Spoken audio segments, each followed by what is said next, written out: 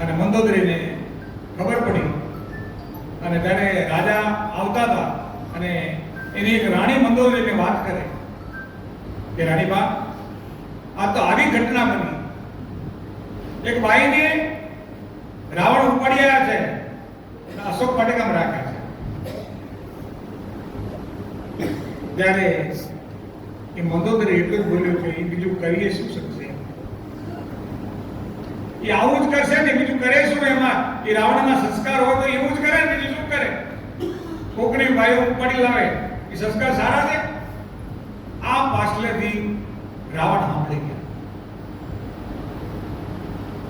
કે મંદોદરી મને આવું માને છે. ત્યારે રાજા એમ કીધું, મંદોદરી તમે પણ મને આવું વિચારો છો? મારો એવો ભાવ નથી. હું જે સ્ત્રીને લાવ્યો છું ને, તો મને ખબર છે જગદંબા છે, એ તો શક્તિ દેવી છે, પણ સાહેબ હું લાવ્યો છું ને એ ખભે બેહારે લઈ આવ્યો છું. માં હોય ને ખભે બેહારે લઈ આવાય, એટલે હું મારી માં જનતા તરીકે લઈ આવ્યો છું અને મેં અશોક વાટિકામાં રાખવી છે. નહીતર જો મારા વિચારો દૂર હોત ને તો હું મહેલમાં રાખત ને. એટલે તને સમજણ પડતી નથી. હું એટલા હારું લઈ આવ્યો છું કે આ લંકામાં અનિષ્ટ વધી ગયું છે, પાપાચારી વધી ગઈ છે, સંસ્કાર ખતમ થઈ ગયા છે. એટલે આ સીતાને લાવો ને તો જ મારો બાપ રામ ધક્કો ખાય અને આ લંકાની નગરી ફરીથી ભસ્મ થઈ જાય, નવેસર ઊભી થાય તો આ ધરતીના ગુણગાન વધે, એ રામના પગલા પડે. એટલા માટે મેં આ સીતાજીને ઉપાડી લાવવાનું છે, નહીતર કઈ મને ઓલી નથી એમ. ત્યારે મંદોદરી ખરેખર એમ કીધું કે ભાઈ આવા તમારા વિચાર હશે ને તો મને કલ્પના નથી. એ વિચારો પડશે, વિચારોનો વૈમનુષ્ય ક્યાંક બગડી જાય, જેના કારણે ક્યાંક ડબ્બો પણ થઈ જાય, એમ આપણે પણ વિચારો શુદ્ધ રાખશું. આપણા પણ વિચારો એક દિવસે ધીરે ધીરે ધીરે ફલીભૂત થતા થતા જશે. એ વિચારોમાં વિચારોમાં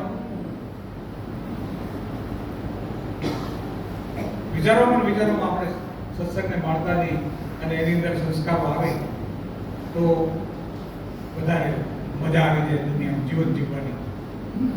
એમ પરિવારની અંદર રહી, પરિવારની અંદર સમાજ આ તે બધું જોઈન્ટ હોય એટલે આ મજા એની છે ને, આપણે મજા છે નહીં. એક પરિવાર તરીકે જીવન, એક કુટુંબ તરીકે જીવન જીવી એની અલગતાની બરોબર. ઘણી ઠકાણે શું હોય કે ચાર ભાઈઓ પણ ચાર ભાઈઓ ના ભણતા હોય, હે હાથમાં કઈ માલે ના હોય, ભાઈઓ પણ ભણતા ના હોય, ચારે ભાઈઓ હોય તો બે ભાઈઓ ના ભણતા હોય. ઘણી વાર આવા ડખા હોય એમ. હે એક ગામમાં એક સંતાયા તો એ મોટો ભાઈ હતો, મારે જેવો કરતો હતો, એટલે કે હવારે આપણે ગામમાં સરઘસ કાઢવાનું ને, તો એ સરઘસ કાઢવા માટે આપણે શું કરવું? તો એને લાઈન દોરી કરી કે સવારમાં સરઘસ 8 વાગે ચાલુ થશે, એટલે આ ગલીમાં જશે, પછી આ ગલીમાં જશે, પછી આ ગલીમાં જશે. એમાં તૈયાર કર્યો, મેપ તૈયાર કર્યા પછી સવારમાં 8 વાગે પગી રવાની થઈ. નાનકડો ભાઈ હતો, એના ઘરે ટાળી મેલી. મોટે ભાઈ વહીવટ કરવા વાળો મારા જેવો હતો ડામીશ, એના ભાઈની ગલીમાં કે એના ઘરે લઈ જવાનું એમ ના વિચારે, પણ છતાંય જે સંત હતા એના મગજમાં વાત બેહી ગઈ કે બધી ગલીઓ ટાળતા આ ગલી કેમ ટાળી મૂકી એમ. તે કોકને પૂછ્યું ભાઈ એ ગલી કેમ ટાળે રહી? તે બીજો એક ભાઈ તો કાનમાં સંતને કહ્યું એમાં એનો ભાઈ છે.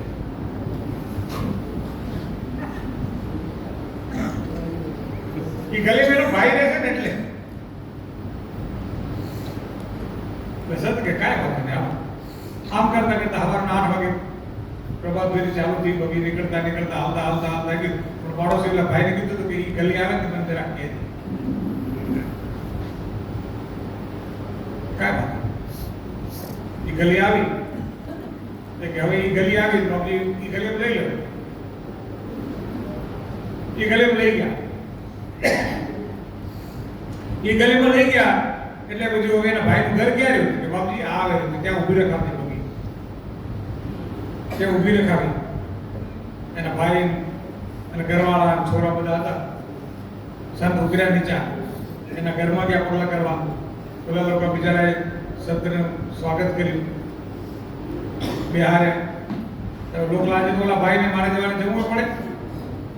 એ ભાઈ એ ક્યાં ભાઈ બધા બેઠા.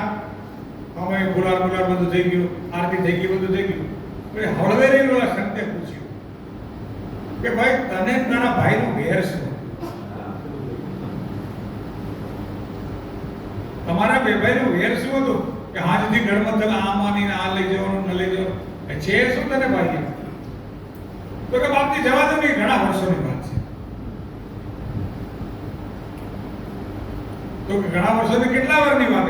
12 વર્ષની વાત. 12 વર્ષ કે વાંધો નહીં, 12 વર્ષની વાત તો વાંધો નહીં, પણ તને ખબર નહીં કયો મહિનો હતો? ના, મહિનો ખબર નથી. તો કે વાર ખબર? કે વારે ખબર? તારીખ ખબર? તો તારીખે ખબર નથી. તો તને તારીખ ખબર નથી, વાર ખબર નથી, મહિનો ખબર નથી, એ બધું ભૂલી ગયો. આવડો વાર કે મને યાદ રહેતું છે? 12 વાર બાપજી મને યાદ રહે? તો બાપજી કે હું તને એ જ કહું છું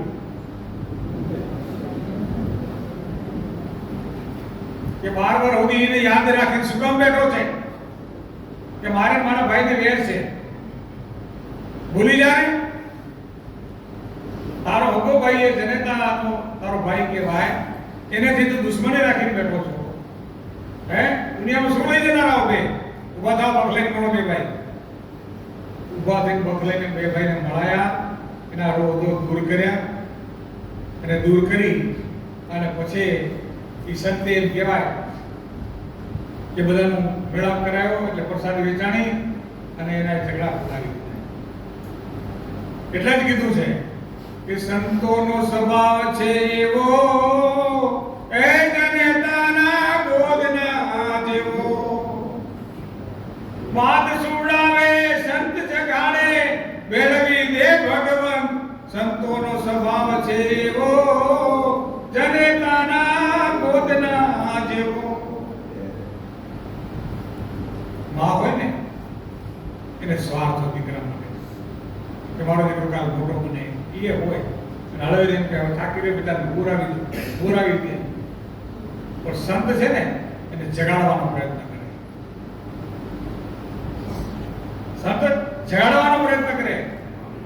હે માં હુરાવી દે, મારો દીકરો થાકી રહ્યો છે, એકવાર હુઈ રહે 2 કલાક, તો એનું મગજ શાંત થાય. પણ સંત તો જગાડે. એટલા માટે જગાડે કે એ પાછો કોઈક સંત બને, એ સજ્જન બને, એ સારા વિચારોમાં આવે. એટલા માટે સંત એને જગાડે. એને સ્વાર્થ ન હોય, એને પરમાર્થ, એટલે એનો સંતનો સ્વભાવ. સંતો જગાડવાની પ્રવૃત્તિ કરે. એમ આપણે પણ શું હોય ખબર? એટલે આપણે સદગુરુ મહારાજે કહ્યું કે જાગ રે જીવડા જાગ, જાગ રે જીવડા જાગ, જાગ રે તારા ગુરુ જગાડે, જાગ રે જીવડા જાગ. જગાડે ને આપણે સદગુરુ મહારાજ જગાડે આપણને. જીવડાઓને જગાડે કે જાગો, મત સુવો, મત કરો ને દીદી સે પ્યાર. હે આ તો સપનું હોય સંસારમાં, પણ એમાંથી બહાર નીકળી જવાય ને તઈ હાથ આવે.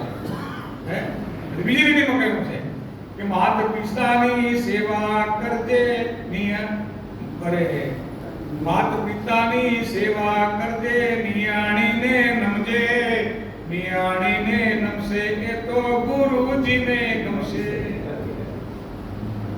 હે આ બધું આપણા સદગુરુ મહારાજ શીખવાડી ગયા. બધું આપણને એમાંથી આપણે કરવું કેટલું, કેમ કરવું એ આપણે નક્કી કરવાનું. હે એટલે આવી વસ્તુ છે જગતમાં કે માત્ર નાની નાની વાતો મારા કને બીજી વાણી નહીં હોય, પણ પ્રથમ પગથિયા દબાવવાની વાતો કરી કે કેમ વખત સારું થાય એવા પ્રયત્નો કરી કે જે આપણને પોતાને મારા આત્મા બોધની વાત હોય એ મારથી કરાય. અને મને જે બુજે અને મને જે જ્યાંથી જે વસ્તુ મળી એ મનથી બહારથી કહેવાય. હાલે ભક્તિ તો આપણે બધાએ કરવાની, અને ભક્તિ વાય બધા વધારે, પણ શ્રદ્ધાની ભક્તિ હોવી જોઈએ. કેવી અટળ ભક્તિ હોવી કે જે એક વખત આપણે એને થામી લીધી હોય ને તો એ ફરી દગવી નથી. ચાલે એટલે આપણે બધા એમ કહેતા કે આ બધો આ ઘર મારું, આ કુટુંબ મારું, આ ગાડી મારી, ઘોડા મારા, બધું મારું. હે પણ શું તારું? હે તારું કાંઈ કાંઈ નથી, છતાં મારું કરીને બેઠો. હે ગામમાં એક સંત આવ્યા, એટલે એક ભાઈના મનમાં એમ થયું કે સારું આ સંતને કેવી મજા, એ અમાયા થાય, પૂરા થાય, લોકો પગે પૈસા મૂકે, મજા આવી જાય, એટલે આનંદ થયો. એટલે એને મનમાં એમ થઈ ગયું કે લાવને હું સંત ભેગો કપડે પહેરી. એટલે હાજે કોઈ સંતને પૂછ્યું છે, બાપા મને તમારે ભેગું હાલવું હતી? તો હાલો ભાઈ, એમાં શું વાંધો, અમને શું વાંધો, તમે ભેગા હાલશો તો સારું છે ને, હાલશો તો. એટલે એમ કરીને મને તૈયાર કર્યો. અચ્છા હાલજે, પણ વસ્તુ એક જ માનવાની, તને ક્યાંય બોલવાનું નથી. તને બોલવાની, હું કહું એટલું કરવાનું, બીજું બોલવાનું થતું નથી. કાંઈ બોલવાનું નહીં, તને ચૂપે ચૂપે હાલવાનું મારે ભેગું. ગામો ગામ આપણે ફરવા જઈને જશું, તું હાલ દે. હું સંત ભેગો એ ભાઈ હાલ્યો જાય, પણ એને કીધેલું તારે બોલવાનું નથી. બીજા ગામમાં ગયા એટલે બધા વિચાર કરે કે દર વખતે તો બાપજી તમે એટલા આવો છો ને આ વખતે બીજા કોણ છે? બાપજી કે મારા ગુરુ છે. જોઈ લો, સંત તમને ઊંચા લઈ જાય. મારો ચેલો એમ ના કહ્યું, મારો ચેલો છે એમ ના કહ્યું, શિષ્ય છે એમ ના કહ્યું, મારા ગુરુ છે. જારો સંતનો સ્વભાવ છે ને, મારા ગુરુ છે. તે બોલાતા વિશેષમાં મને અમારા ગુરુ ના કીધું, અમારે બધા આવ્યા. શું વાત કરો, એને તો ઊંચા આસન ને મોજ થઈ ગઈ, અને તો મજા આવી ગઈ. ક્યાં વાત, શું વાત છે, આજે આપણો હોનાનો સૂરજ ઉગ્યો છે. આનંદમય જીવન જીવ બિચારો. પછી આમ કરતા એટલે બધા બેઠા હતા. રાતનો દિવસનો એક પછી દિવસનો સત્સંગ હતો, તો દીના સત્સંગમાં બેઠા હતા. દીના સત્સંગની અંદર એ આમ ઊંચે સ્ટેજ બેઠો હતો, ગુરુજી નીચે બેઠા હતા. મારા ઘોડે હારે મારા ઠેકાણે ગુરુજી સત્સંગ કરે. પણ પછી સારું બન્યું એવું કે પોતે ધંધાનો હતો ને, એ બકરા ચારવા વાળો, ગોળ બકરાનો, એ બકરાનો ગોવા. એટલે બકરા સારા આમ દોડે, પણ આમ હખણા રહે નહીં, થોડું વિખાઈ જાય, ભાગી જાય, થોડું ભાગી જાય કરે. આને બિચારે એમ થયું સારો બકરામ જીવ ગયો. ચાલો આને એટલી ખબર નથી પડતી બકરાને કેમ હાચવા. એટલે પેલા ગોવાળિયાને કે એ તક તક થર, તક તક થર, તક તક થર કરતો બધા સીધા થાય. તે બોલ્યા બિચારા કે ગુરુ મહારાજ તમારા ગુરુજી બારે વરે એમ કોઈ 12 વાર ના બોલાય, આજ તમારા ગુરુજી બોલ્યા તો શું બોલ્યા ઈ ફોડ કરો.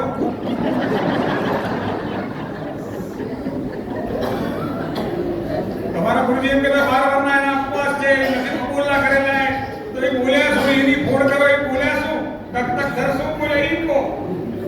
ગુરુજી કે બહુ મહિમા વાળો પ્રશ્ન છે, અને બહુ અજુગતો પ્રશ્ન છે, અને બહુ ગંભીર પ્રશ્ન છે. એને આપણને બધાને એમ કીધું છે કે મોગો મનુષ્ય દેહ મળ્યો છે કે મળશે. આ તક આવી ગઈ, તકને ઝડપી લ્યો. આમાં અથર ન કરો, થર થઈ જાઓ તકમાં. એટલે એને કીધું તક તક થર. એટલે હવે આપણે તક તક થર થવું હે, કેમ થવું હે, આ બધું શીખવવાનું હે. પછી એમ કરતા કરતા પછી આગળ ગયા આશ્રમમાં ગયા, બધું થયું. પછી તો મકને રહેતા હતા, 2-5 વર્ષ થઈ ગયા. 2-5 વર્ષ થઈ ગયા, એટલે વળી એક દી થયું કે સાલું ઘરે મારા બધા શું કરતા હશે. અને સંતે કંપની પહેલી લીધી તો છોડા આપે કે સાલું ઘરે તો બધા કેમ કરતા હશે, શું હશે શું નહીં, જરા કામો માર્યા. તો બાપજી કે રજા લેવા મળે. બાપજી મને રજા આપો તો હું ઘરે જરા ગયા. બાપજી કહે તને ઘરે જઈને શું કરવાનું, બધું છોડીને આવ્યો, કોણ તારું કરે? ના ના, મારી ઘરવાળી એ, મારા છોકરા એ, મારી બહુ એ, મારા પોતરા એ, બધા હું આટો માર્યો કે મરવા દે ને, કઈ આટો નથી મારો, નથી જવા દેવું. ના ના બાપજી રજા તો થયો. બાપજી કે રહેવા દે, નથી જવા દેવું. તો કે ના જવું પડે. બાપજી કે જાઓ. બાપજી રજા દીધી. ઓલા બાપજી આયા ઘરે આયા એટલે બધા ઘરવાળા એમ થયું ગામમાં આમયું થયું. ઘણા બધા સંત બની ગયા હોય બધા ગામમાં તો આમયું કરે ને, અને મારા જેવા તમારા ગામનો છતાં આવડું આમયું કરે બે, મારા માટે તમારે કાંઈ નથી છતાં તમે બધું ઘણું કરી નાખ્યું. મારા માટે આવું હોય નહીં, હું તમારે ભેગો નીચે બેન વાત કરી શકું એવી વાત હોય, પણ છતાં તમે લોકો મને બિહાર આપણી બધાની ગરિમા છે, બિચારે આપણા બધાના સંસ્કારો છે. એટલે એટલે આને પણ એક તમે જુઓ તો ફુલાર ધ્યાન ગામના જાંબી બેન્ડવાજા વાગાડ્યા આ કરીને ઘરે લઈ ગયા. હા તો ભાઈ ભયો થયું અને પછી એમાં ગયું એટલે બેતાથી રહી ગયું મૂકે પાછું. તો એના ગુરુજી હતા ને એને જો હવે આના પારખા લેવા પડે. આ ભાઈ કેટલાકમાં એક ખબર પડે. એટલે ગુરુજીએ પારખું લેવાનું કરીને એક દી બન્યું કેવું કે મુકન ગયા હશે એટલે ઓલા રાતનો બધે હુઈ ગયો વાર ઉઠ્યો નહીં. પૂરાયું એટલે ઉઠ્યો નહીં એટલે બધા ઘરવાળા વિચાર કરવા પડે કે બાપુજીનું કામ થઈ ગયું, થઈ ગયું. ડોક્ટરને બોલાયા, ડોક્ટર કહે આમાં કાંઈ છે નહીં, પૂરું થઈ ગયું. આમ તેમ કરવા માંડ્યા. પણ વળી મૂકે એમ કીધું કે એના ગુરુજી છે ને એ વળી ભલાણન કરે આયા પાછા આજ તપાસ કરો કે. એટલે એ ગુરુજી કે પાછા ગયા કે ગુરુજી હાલો તમારો શિષ્ય તમે લઈ ગયા હતા ને કામ થઈ ગયું ખબર પડતી નથી. ડોક્ટર બધા છૂટી પડ્યા. ગુરુજી આવ્યા. ગુરુજી આવીને કહ્યું કે કામ કરો, એક દૂધનો કટોરો લઈ આવો. દૂધનો કટોરો ભરીને લઈ આવો કે આ દૂધનો કટોરો રહ્યો ને એ હવે એક કામ કરો તો તમારા ભાગું કેનું થાય કહો. પેલો છોરો કે મારા બાપ થાય રહ્યા તો તું પી જા તો તારે બદલે તને મરી જવાનું, તારા બાપ જીવતા થાય. તું કરો ને તારા બાપ મને કપશે, તું પી જા. કે ના બાપજી હાલશે, મને નહીં પીવું એને ના પીવું. પછી એને વહુને કીધું બેટા તું પી જા, તને મારા હારો મને કપે એમ કહેતી હતી તમારા પુત્ર થોડા નાનકડા તું પી જા. ના મને નથી પીવો કે એને ન પીવો. એના ઘરવાળા નાડું નાખતા હતા મારા ભરતા એકને એક હતા એ આવા રૂપાળા અખર હતા જતા રહ્યા. તમે લોકો કહીને નાડું કરે તો એના સાધુ કે તમે પી જાઓ. એ કે બીજો કરી લઈશ પણ મને એને મરતા ભરવાનું મન નથી.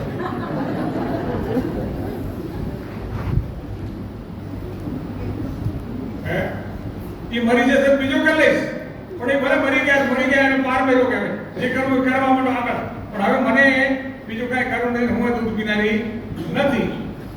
પછી સંતે વિચાર કર્યો કે ભાઈ જો તમે તો હવે છૂટી પડો પણ મારો તો શિષ્ય મારાથી નહીં છૂટાય. એના બદલે હું ઝેરના બટલા પી જાઉં પણ મને તેને સજીવન કરવો પડશે. મારો વારસો એ હવે હું મરી જતો પેલા મારો વારસો થઈ ના કરવાનો એટલે મારા માટે થઈ બરોબર હું પી જાઉં એમ. તો બધા કહે બાપુ પી જાઓ કઈ ખપે બધા માને કેટલું હોય હે માને કેટલું હોય. બધા સ્વાર્થ જ લાગવો પડે ને. દુનિયામાં બધા સ્વાર્થ છે. એટલે ઓલા તો ભગવાનનું નામ લઈને ઘટક દઈને પી ગયા ગુરુજી પી ગયા. પછી પેલા કીધું એ ભાઈ ઉભો થા. જે ઉભો થઈને કે ક્યાં કે જ્યાં છો તો બરોબર છે. તમે કહેતા હતા ને કે મારા ઘરવાળા મને સાંભળે રહ્યા હે પૂછામાંથી કે નહીં તારા હાર કે કઈ મત કે એટલે તારા ઘરવાળા એમ કે હું મરી જાય એટલે કહેતો હતો ને બધું મારું મેં મારા ઘરવાળા મારા છોરા મારો પરિવાર છે તારું કઈ કે સાહેબ શું થયું કે આ થયું. એમ આપણે પણ બાબા છેલ્લે કોઈ નથી. ભગવાનને પ્રાર્થના કરો કે જી દીધું હોય તારું મેં અમે તો વહીવટ કરવા વાળા આજે છે કાલ નથી. હે આ વસ્તુ યાર ભક્તિ છે ને એમાં સમજી લેવાનું કે આ બધું આપણું નથી પણ આપણે વહીવટ કરવા વાળા. જેટલી વાર થઈ એટલી વાર થઈ પછી હારી અંતર છે હે. અને એમાં આપણી મૃત્યુનો બીજ કેવી અને જોજો જ્યારે તમને સમજાઈ જાય. જો એક વસ્તુ તમને ઉદાહરણ આપું. આ ભૂવા હોય ને ભૂત કાઢતા ભૂવા અમે ભૂવા ભેગા રેલાઈ મૂકે ભૂવા ભૂત કાઢે ને એ બીએ એ તમારા પર બધું વારી લઈ જાય. ચાર સજીને પેડા ચેવડો લઈએ ખાઈ જાય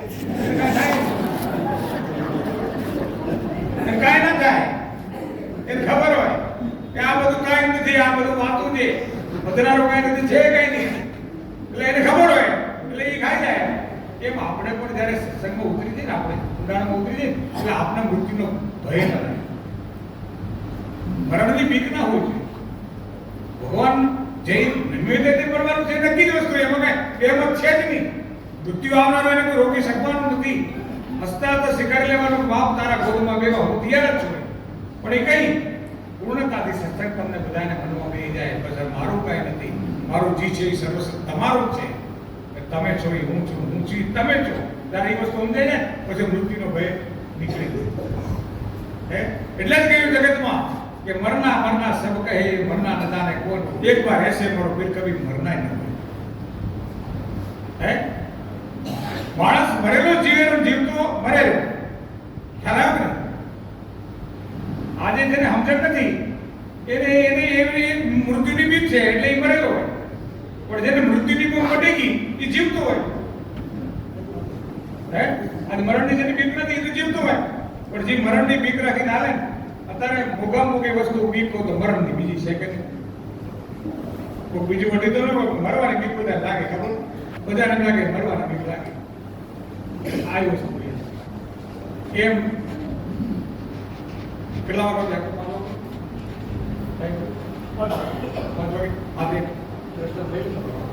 એટલે એક વખત એવું